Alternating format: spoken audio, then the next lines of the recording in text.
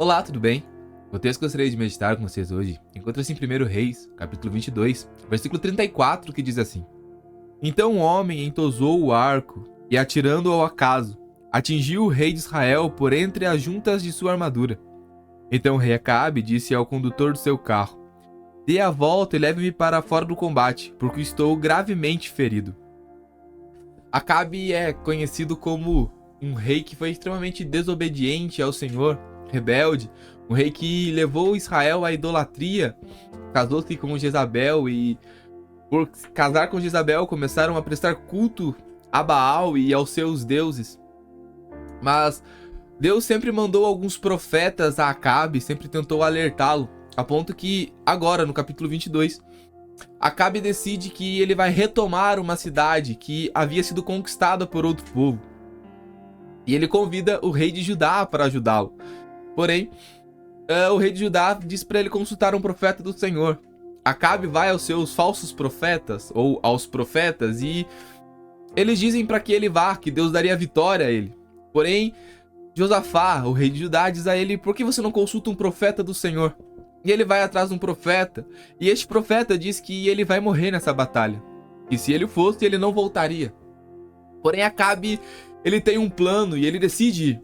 No versículo de número 30, ele diz assim: O rei de Israel disse a Josafá: Eu vou me disfarçar e entrar no combate, mas você use os seus trajes reais. E assim, o rei de Israel se disfarçou e entrou em combate. Então Acabe, ele tem um grande plano, uma grande ideia. Eu não vou vestido como rei, eu vou me disfarçar como um soldado, então eles não vão saber que eu sou o rei de Israel, mas mesmo assim ele vai para a batalha.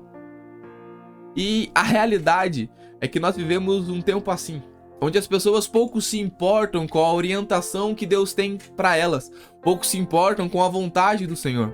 Elas procuram pessoas que apoiem as suas ideias, pessoas que apoiem o seu plano, assim como Acabe fez. Acabe consultou seus falsos profetas, que falaram: vai, Acabe, você vai vencer, você vai conquistar. Porém, a palavra do Senhor para Acabe é: se você for, você vai morrer, você não vai voltar dessa batalha. E nós muitas vezes acreditamos que ter um bom plano é a solução. Acreditamos que ter uma boa ideia, fazer as coisas da nossa maneira sempre vai dar certo. Porém, perceba que o texto que nós lemos no começo diz que alguém puxou uma flecha, jogou uma flecha ao acaso. Ele não estava mirando em Acabe. Ele não sabia que aquela pessoa que ele acertaria era o rei de Israel. E além disso, a flecha que ele joga ao acaso entra por entre os espaços da armadura de Acabe.